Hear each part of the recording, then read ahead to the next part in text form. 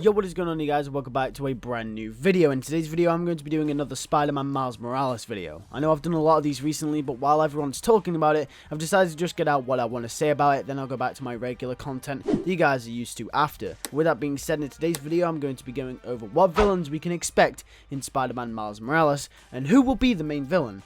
Okay, so the first question that I can see most people asking is, will Venom and Green Goblin appear in this game? In my opinion, no, they won't. The reason for this is because, like I've said before, and I'm going to say it again, these villains were set up at the end of the last game, and I feel like Insomniac are saving them for the Peter Parker sequel, as they were set up as Peter Parker villains, even though I can see Miles helping Peter take them down come the time of Spider-Man 2. I just don't think they should be featured in this game, purely because they weren't set up to fight Miles, plus Venom is looking to be Harry Osborn in this universe, which is actually Peter Parker's best friend, so it wouldn't really make much sense if he was to fight Miles. Which then leads us to the next question, which is, what Spider-Man villains will show up in the Miles game? Now, since Miles Morales has only appeared in the comics as Spider-Man since 2011, his rogues gallery isn't as vast as Parker's, but still big enough to have multiple interesting villains appear in the game. I think the big villain that we can talk about, and the one that most people will predict that will appear, will be the Prowler. It's almost inevitable, as after the hit movie Spider-Man Into the Spider-Verse,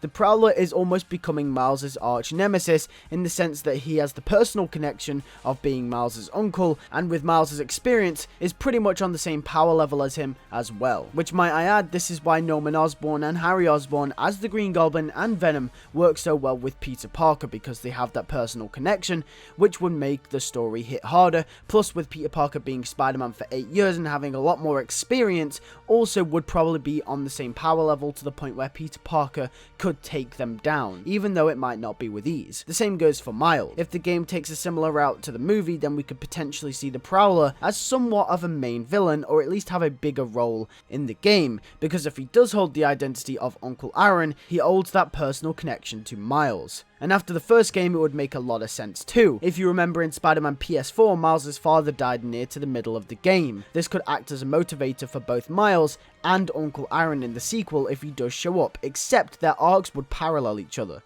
For Miles, it would obviously to become Spider-Man and live up to what his father stood for, which was to protect the people of New York. And for Uncle Aaron, maybe he goes off the rails after losing his brother, and ends up getting in some shady business, maybe even getting cahoots with the Kingpin, or maybe someone of the similar caliber, and becoming the Prowler. These two have separate arcs, and then their arcs would clash in one final battle at the end. This game, as it's focusing on Miles, could also explore that relationship between Uncle Aaron and Miles Morales if it ends up introducing Uncle Aaron. However, there is one downside to this. Although I can almost put my money on the Prowler showing up in some capacity, it would be very similar to the movie, so that's why I don't think they'll go with the most obvious route. I believe they will go a different route, and if the first Spider-Man game in Insomniac's universe is anything to go off of, I think they'll do something very interesting and will do a good job and pull it off very, very well. Another villain that we could see show up in this game could be the Bombshells. These villains, while lesser known, still play a huge part in Miles' story in the Ultimate Comics storyline. The Bombshells are a mother and daughter duo that show up in Miles' run of the Ultimate line. In one of my other videos the other day, I introduced the idea that the Miles game is a way that they could introduce the Gwen Stacy character into the game universe if the Into the Spider-Verse movie was anything to go off of, and I firmly believe that this game will have a love interest for Miles, since Insomniac aren't shying away from that side of the Spider-Man characters, like we saw in the first game